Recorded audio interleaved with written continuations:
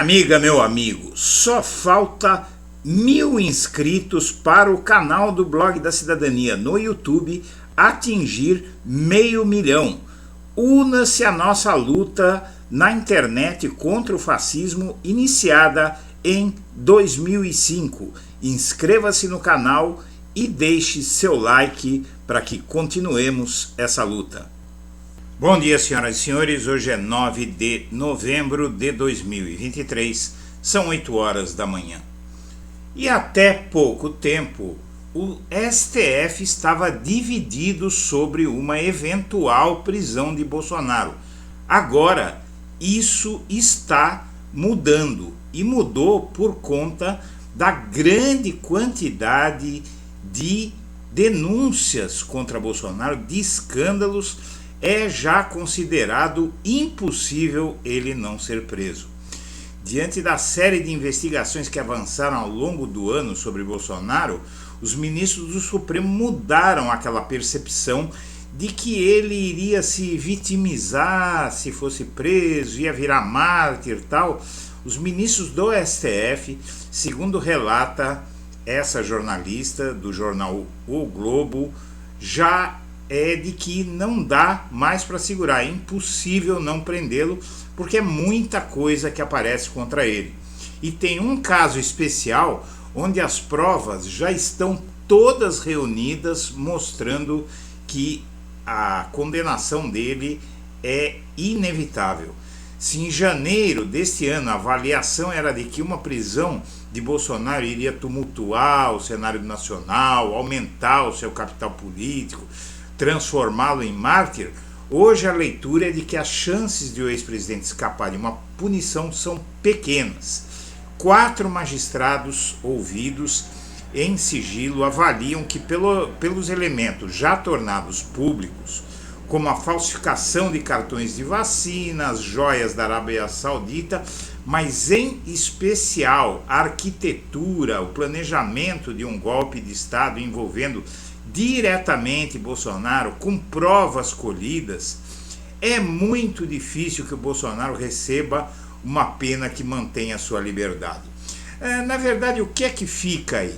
Como é que vai manter o Bolsonaro em liberdade se ele conspirou para derrubar o novo governo eleito e se aqueles que agiram em nome de Bolsonaro pegaram penas de 12, 13, 15, 16, 17 anos de prisão? Como é que vai dar uma pena pequena para o Bolsonaro? Porque condená-lo é inevitável, é muita coisa. As joias têm prova, tem foto de um general ligado ao Mauro Cid vendendo joias que estavam com Bolsonaro lá em Miami. Como é que vai? Não é impossível não condenar o Bolsonaro. Agora, poderia-se condená-lo a uma pena menor, que ele saísse, ficasse em prisão domiciliar, não é, de tornozeleira, coisa e tal. Porém, isso já não dá mais. A pena de Bolsonaro, inclusive depois do relatório da CPMI da Covid, que a Elisiane Gama e senadores e parlamentares do Congresso foram até o Alexandre de Moraes entregar, pediam penas de prisão para Bolsonaro que chegavam a 29 anos de prisão. Não se imagina que a pena dele no STF seja menor do que isso. E a troca de corregedor do TSE que vai acontecer hoje vai desacelerar processos contra Bolsonaro, e uma outra coisa no ano que vem vai tornar o TSE mais bolsonarista ainda.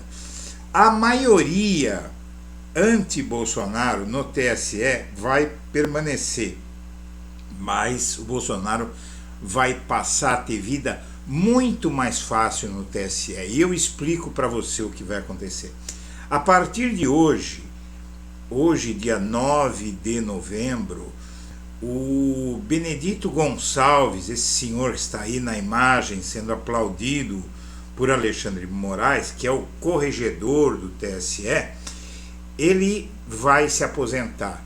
E no lugar dele vai ficar o Raul Araújo, aquele ministro do TSE que deu no festival Lollapalooza uma decisão a favor de Bolsonaro para impedir que as pessoas xingassem o Bolsonaro naquele show, né? Então ele é um conhecido bolsonarista, em todos os processos do Bolsonaro ele passou o pano, inclusive para o Bolsonaro recentemente no caso do 7 de setembro, quando o Bolsonaro usou o 7 de setembro, inclusive a TV Brasil, para fazer campanha eleitoral. E esse Raul Araújo, que passa a ser corregedor, ele disse que estava tudo bem, que foi normal o Bolsonaro fazer campanha no 7 de setembro com dinheiro público. Então, realmente, aí a gente pode esperar uma bolsonarização. Mas o pior vem do ano que vem. O André Mendonça vai ocupar o lugar do Alexandre de Moraes na presidência do TSE no ano que vem. Com isso, o TSE vai se bolsonarizar ainda mais e vai ficar mais difícil condenar o Bolsonaro. Porém, o bolsonarismo ainda vai ser minoria nesse tribunal e, ao fim e ao cabo, as decisões do corregedor e do presidente vão acabar derrotadas para vergonha deles, né? E Instituto Brasil-Israel lança guia contra antissemitismo no âmbito de uma vitimização aguda que Israel está fazendo no Brasil e convocando atos. Israel mandou uma comissão à Câmara dos Deputados, ao Congresso Nacional, se vitimizar, exibir vídeos do ataque do Hamas, não é? E, na verdade, Israel faz uma grande confusão nesse caso, porque, na verdade, não é o povo palestino que está atacando Israel. Quem atacou Israel foi o Hamas, né? Mas aí eles vendem a coisa da forma como interessa a eles. Eles têm muito poder. Na Câmara dos Deputados, um volume razoável de parlamentares atacou um evento semelhante promovido por palestinos, e aí a situação vai se complicando ainda mais. E tem uma outra notícia agora de que a situação do embaixador de Israel no Brasil ficou insustentável a partir de ontem, porque ele se encontrou com o líder da oposição. E isso é realmente inaceitável para qualquer governo, é uma gafe diplomática muito grande. Então, realmente, o embaixador de Israel, Daniel Zonsheim, cruzou uma linha que não se cruza em diplomacia ao ter encontro com Bolsonaro. O futuro dele aqui no Brasil vai ser muito breve. E o presidente do INEP, que organizou o Enem, diz que o exame não demoniza o agronegócio e, com critérios técnicos rigorosos, ele desmontou o mimimi bolsonarista que acusou a prova do Enem de demonizar o agronegócio, e foram colocadas situações concretas. E acredite você se quiser, os bolsonaristas chegaram a um ponto inacreditável. Eles simplesmente chegaram a criticar textos do Enem sobre o racismo, que é um crime no Brasil. Textos do Enem que mostravam o racismo como algo deplorável, foram criticados por conduzir os alunos a rejeitar o racismo na visão deles. Pior que não é verdade, eram textos com situações concretas. Mas e se fosse formar os jovens para que eles não sejam racistas? Isso está errado? O bolsonarismo acha que sim. Em acordo para aprovar a reforma tributária, o governo Lula aceitou a derrota nos vetos do marco temporal e vai esperar que o STF proíba, vete o marco temporal por ser inconstitucional. Então a bola agora vai ficar realmente com o STF. O Lula foi obrigado a fazer uma escolha. Minha amiga, meu amigo, nós temos que entender o seguinte: governar é fazer escolhas. Você tem aquela famosa escolha de Sofia, decisões difíceis você tem que tomar. O Lula precisava aprovar o marco temporal, a reforma tributária. O Brasil precisa dessa reforma tributária. Ela tramitava no Congresso havia 30 anos e é uma vitória do país, porque vai organizar o sistema tributário, vai dificultar a sonegação, que é um grande objetivo, que a sonegação no país é extremamente alta, tira dinheiro da saúde, tira dinheiro da educação, tira dinheiro do povo que precisa, não é?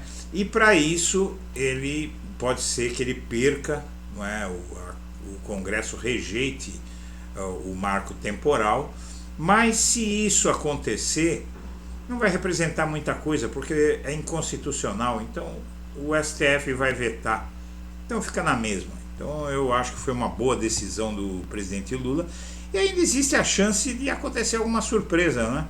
E o marco temporal não passar. Um cientista político está dizendo que os memes estão derrotando a política. Ele é o responsável pela campanha de Lula. Sidônio Palmeira, uma figura antiga no PT, publicitário, e ele tem razão. Hoje em dia, o que um político fala tem menos importância dos memes engraçadinhos que ele consegue colocar na internet. E nessa guerra, a direita tem sido muito mais eficiente, a direita tem sido extremamente mais eficiente na internet, a direita tem atuado muito mais unida na internet, está mais presente na internet, e a vitória do Lula amaciou a esquerda. A esquerda saiu em boa parte da internet, não dá mais muita bola. A esquerda, como a gente sabe, você já deve ter ouvido aquela máxima de que a esquerda só se une na cadeia, não é? E essa máxima tem sido cada vez mais verdade. Hoje é muito fácil de ver esquerdista criticando, e esquerdista enquanto a direita bomba ali. Você vai num vídeo hoje da direita, aqui no YouTube mesmo, você vai ver que os vídeos deles são cheios de audiência, cheios de superchat, dão dinheiro, dão audiência, e estão sempre lá e fazem bombar. Então aí no futuro, em algum momento, a esquerda vai ter que refletir sobre o seu comportamento enquanto polo ideológico, porque se continuar dividida e deixando um campo importante como a internet para o inimigo, e infelizmente é isso, é o inimigo, é a extrema-direita, pessoal, é a extrema-direita, é o nazismo. O que está em jogo no Brasil hoje é a luta contra o nazismo, ou seja, contra o bolsonarismo, contra a extrema-direita. E a reforma tributária vai voltar para a Câmara dos Deputados. Vai ser sempre um problema, mais negociação, mais extorsão do governo. Foi aprovada na Câmara, agora foi aprovada no Senado e agora volta para a Câmara para algum ajuste e depois vai para a sanção presidencial. Então, infelizmente, ainda temos um retorno desse projeto tão importante para a Câmara dos Deputados. Isso vai facilitar a extorsão, mas a promulgação pode acontecer ainda este ano. Vai ser uma vitória enorme do Lula, que o Bolsonaro está tentando impedir a qualquer preço. Ele está enlouquecido lá no Congresso, percorrendo gabinetes de parlamentares para tentar barrar, mas não está conseguindo. E o Davi Alcolumbre, aquela figura que pode inclusive vir a ser o novo presidente do Senado no ano que vem, alertou o Lula para ter mais contatos com senadores. E é aquela coisa, né? O povo colocou uma maioria de direita no Congresso e maioria de extrema direita no Congresso, e a situação não é fácil, não é fácil governar com um Congresso tão reacionário quanto esse. E por fim, uma bolsonarista, aí é só uma curiosidade, está querendo inquirir o Lula para saber se ele tem arma de fogo. Vai quebrar a cara, não é? O Lula sempre foi anti-armamentista, sempre foi um pacifista. É perda de tempo, é falta do que fazer. Oposição, tudo bem, mas isso é uma bobagem que não tem cabimento, não é? Quer saber se o Lula tem alguma arma registrada no IMEP? Não tem nem lógica que alguém como o Lula tenha uma arma registrada, porque a história de vida dele é contra a violência. Senhoras e senhores, nós agradecemos a atenção e estaremos de volta a qualquer momento em edição extraordinária.